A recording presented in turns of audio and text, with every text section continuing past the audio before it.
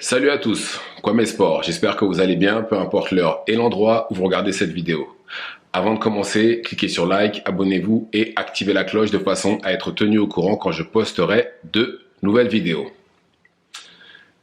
Euh, Vous savez, Canelo qui parle anglais, c'est hilarant. Et un truc qu'on m'a dit, et je pense que ça doit être vrai, bon, personnellement je parle plusieurs langues et j'arrive pas à le voir, mais j'arrive à le voir chez les autres. C'est que selon la langue que l'on parle, il y a une personnalité qui est attachée. Par exemple, Canelo, quand il parle espagnol, super sérieux. Quand il parle anglais, il est drôle. Il est vraiment très drôle. Et ça n'a rien à voir avec son accent, les expressions, etc. C'est juste qu'il raconte certaines choses qui sont vraiment très, très drôles. Et là, en fait, c'est ce qui est bien depuis quelques années, c'est que, enfin, quelques temps, pas quelques années, c'est que maintenant, il parle anglais dans les interviews et c'est mieux pour sa marketabilité, justement, sur le marché américain. Mais là, en fait, il a donné une interview à Gilly et Wallo. D'ailleurs, j'aime beaucoup ce qu'ils font, Gilly et Wallo. Million dollars worth of game. Et là, c'est maintenant, et pour la boxe, ils ont un segment qui s'appelle Million of Dollars worth boxing, ou un truc comme ça. D'accord. Enfin bref. Et là, vu que Canelo et Berlanga étaient à New York pour la promo de leur combat qui aura lieu le 14 septembre prochain, ils se sont assis avec Gilly et Wallo de façon à parler du combat, de pas mal de choses en fait. Et sachant qu'en plus, Berlanga est de New York, parfait. Et Canelo, bien entendu, on lui a posé la question par rapport à, vous savez, au choix de ses adversaires, etc. Et on lui a demandé pourquoi Berlanga et pas Benavidez ou Terence Crawford, qui sont très clairement des combats que le public veut. Et il a répondu ceci. Alors, il a combattu tout le monde. Lara, tous ceux que le public voulait qu'il combatte plus tôt dans sa carrière, il les a combattus. Lara, Cotto, Mayweather, Austin Trout, Golovkin, Kovalev, Bivol, tous.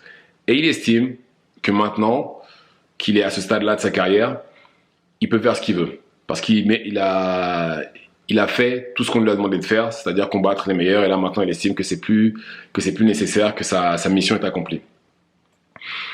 Et que, d'ailleurs c'est vrai, c'est que tous les grands avant lui l'ont fait. Que ce soit Mayweather, De La Hoya, Chavez, etc. Quand ils étaient en haut de la pyramide et qu'ils regardaient en bas, et ils ont choisi plus ou moins leurs adversaires. Et là maintenant c'est le cas de Canelo, puisque clairement Berlanga n'est pas un combat que le public voulait. Le public voulait que ce soit David Benavidez. Je pense que même le combat de Terence Crawford, c'est pas vraiment un combat que le public veut, c'est vraiment Benavidez qui le méritait en plus, parce qu'il a été mandataire WBC depuis la pandémie, je crois, voire même avant.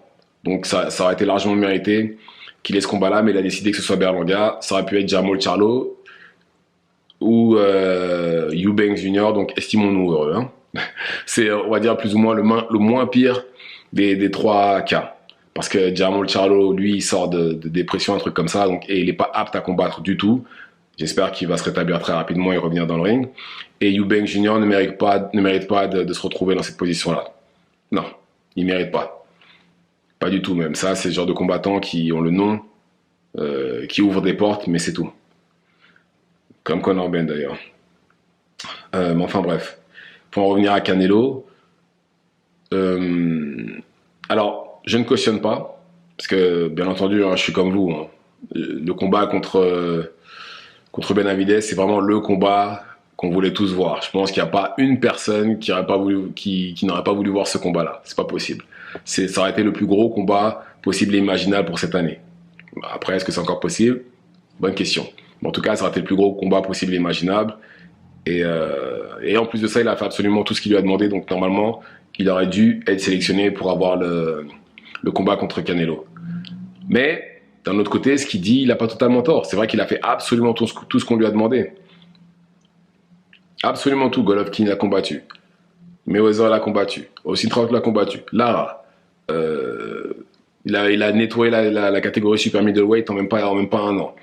Il a pris Kovalev, il a pris Bivol. Enfin bref, il a pris absolument tout le monde. Donc le réduire juste au fait qu'il n'ait pas combattu Benavidez, je trouve que c'est pas juste. Et d'ailleurs, c'est pas juste pour même tous les autres combattants qui malheureusement ont fait la même chose. Si on les réduit juste à ça, je trouve que c'est pas juste en fait. Mais voilà, c'est un combat qui aurait dû avoir lieu et que tout simplement les fédérations auraient dû forcer, tout simplement la WBC aurait dû insister. Elle aurait dû insister, elle aurait dû faire comme l'IBF. D'ailleurs, il a parlé de la situation avec l'IBF qui voulait qu'il combatte Skull. Il a tout simplement répondu oui, qu'il savait même pas qui était Skull et qu'il fait ce qu'il veut. C'est pour ça qu'il a préféré laisser la ceinture. Comme ça, ils se battront pour la ceinture. Et ça se trouve même ça se trouve un peu plus tard, il va aller la récupérer. Parce qu'il a clairement dit, il a jamais entendu parler de Skull avant. Jamais. Donc bon, que voulez-vous? Mais c'est là où justement je trouve que c'est pas juste pour Canelo justement de dire ça, de le limiter à ça, alors que encore une fois les autres ont fait la même chose.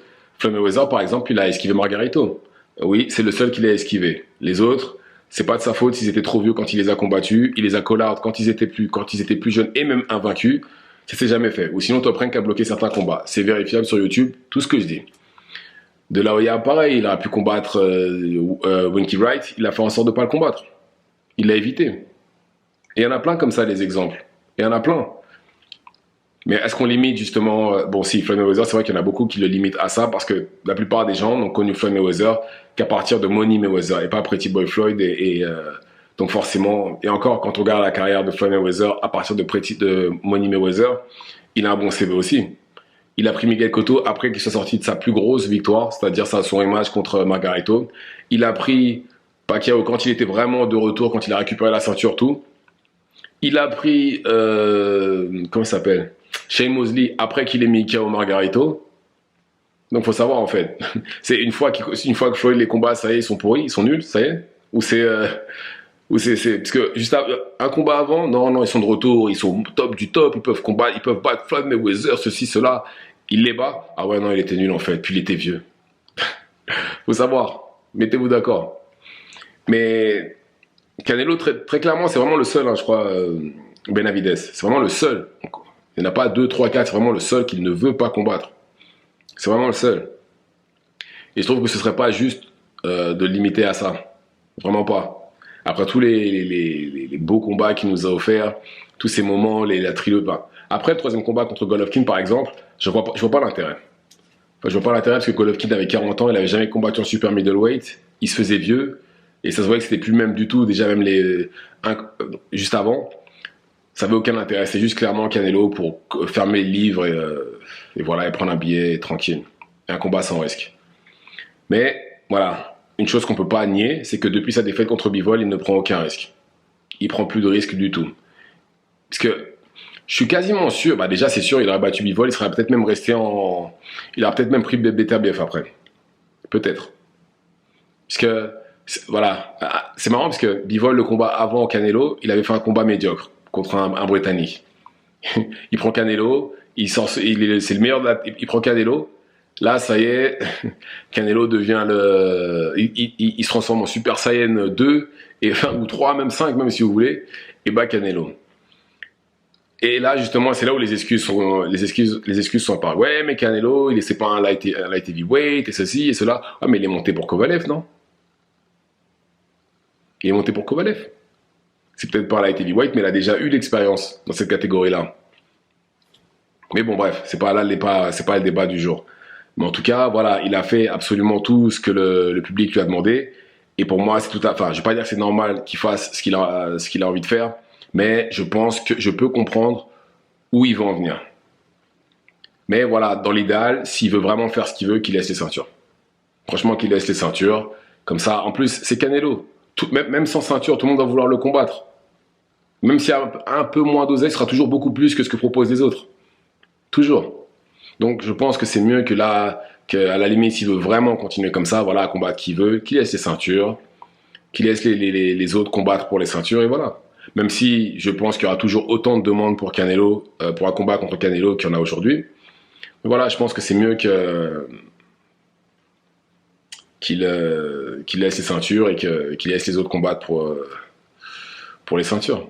Et qu'il continue de faire ses millions en prenant qui il a envie de prendre. Je pense que ce serait mieux pour tout le monde. Et il y aura peut-être même moins de pression à faire ça.